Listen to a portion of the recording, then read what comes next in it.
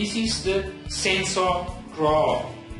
The sensor drawer and the sensor mounting plate can be pulled out in this equipment to make exchange of sensors more easy.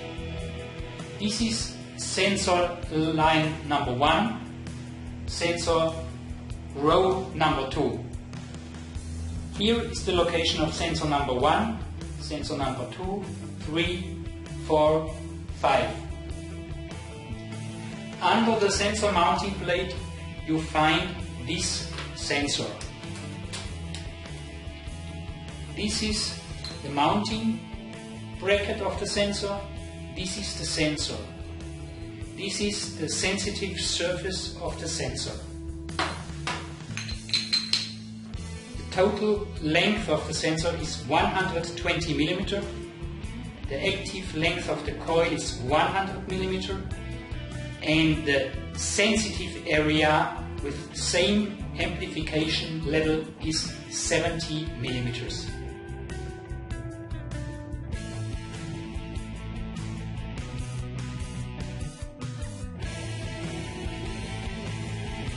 Every sensor gets one SIXP module to amplify the signal coming from the sensor, and then this signal is sent over the Ethernet DC chain to the computer. This is the SIXP in-out module.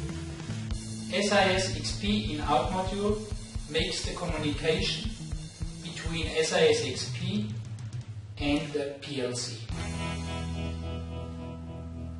This is the power supply, 24 volts, which supplies all the modules, and the steel cord inspection PC with 24 volts power. This here is a spare unit, a spare module, which can be used in case of defect of a SIXP RSM module. So, LEDs indicate the correct data processing. The flashing green LEDs show Ethernet communication. Here, these green LEDs, the correct power supply, and the blue run LED shows the processing of the signal processor, and the blue bus LED shows the correct communication over the Ethernet.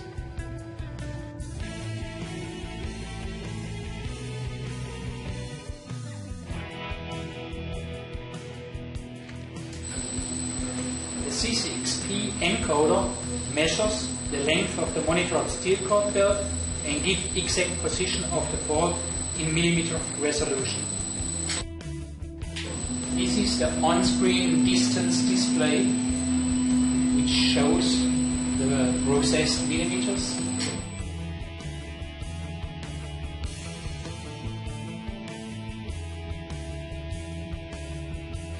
This is the main screen of steel cord inspection system SIXP. This is the signal of one sensor.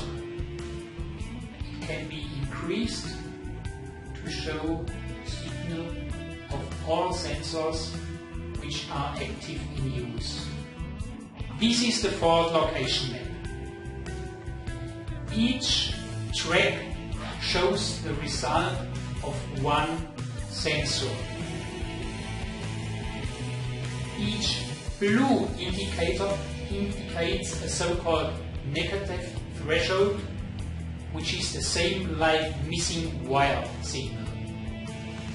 Each red signal shows an overgo of the positive threshold and is the same like double wire signal.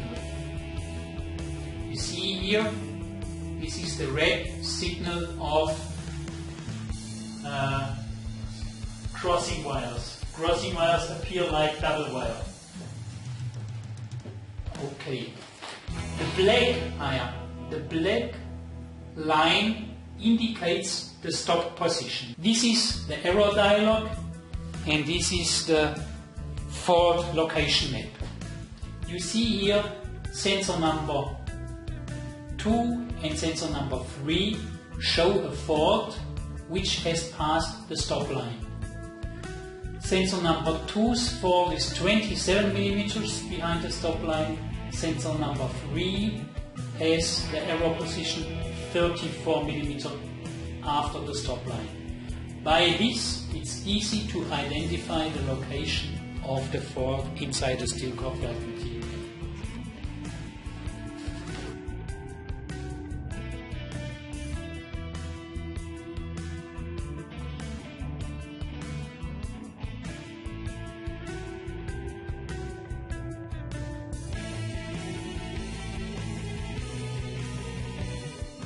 On the top of the screen you see the identification of the program. Here we work with program number 33. This is for steel cord belt type number 1, who has a width of 1800 mm, who has an angle of 90 degrees in its body line, and we work with a basic gain of 10 decibel. You see that because of the white material, all available sensors from 1, 2, 3 up to 7 are active. Now I make a program change. I go and select the program type number 3 and go back to the screen. And now you see, because of the fact that we have now program number 35 of steel cord belt type number 3 with a width of only 430 mm, that now only sensor number 1, 2 and 3 are active sensors, because all the other sensors are outside of the steel cord belt area and do not give any signal. Here you see a list of programs. The first programs until number 32 are reserved for programs transmitted by the host computer. Starting with 33, you find the programs for the steel cord belts. Today we have arranged 3 programs for 3 different steel cord materials. For type 1, type 2, type 3.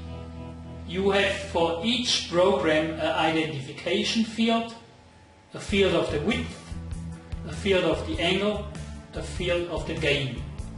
And you see here, type number 3 has a width of 430 mm. It's a 90-degree body ply. We work with a basic gain of 11 decibel, and we have a bipolar evaluation of the signals. How to change the setup of the sensors? This is the screen who gives you the arrangement of the sensors.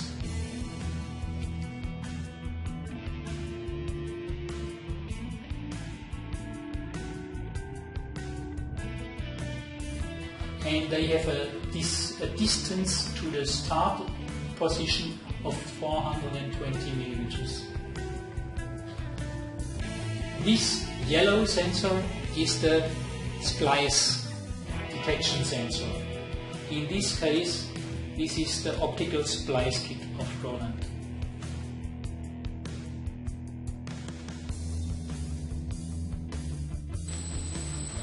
We see traveling the steel cord belt material over the sensors. Each location of a fault is identified by numbers.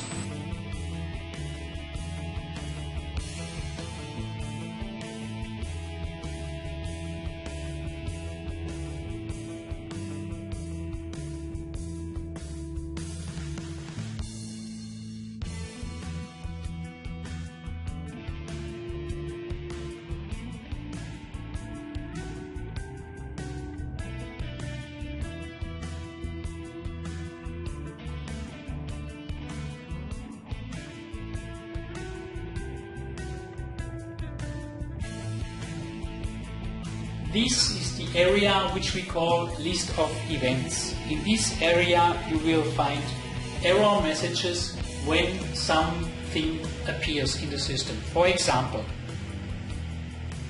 sensor number 4, slave not operational. That means sensor number 4 does not send a signal to the computer.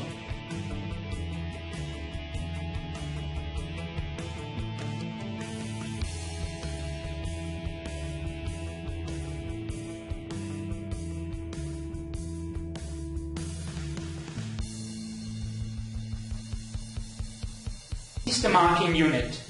The marking unit consists of a stamp and of a pneumatic cylinder. It prints a mark here on the rubber material. This mark is printed slightly behind the splice position inside of the splicer unit. So the marker is installed in the splicer unit. As soon as the splice is finished, the pneumatic is activated and presses a stamp mark on the rubber material. And this is only an impression in the rubber material. The mark travels from the splicer unit over the pit loop onto the repair station and is identified by the camera, who sends a red light onto the rubber. Here, this is the so-called 0 point or 0 line, 0 point or 0 line. This is the so-called 0 point. The 0 point is reference point for all measurings inside the system. You see, after the 0 point, the first component of the system here is the optical camera system.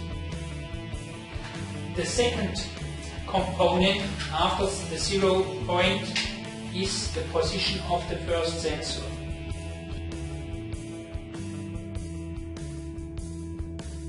This is the most important point for the operator who wants to remove the defects. This is the so-called stop point. As soon as any fault detected here inside of the sensor arrives at the stop point, we give a signal to the PLC to stop the drive of the conveyor belt.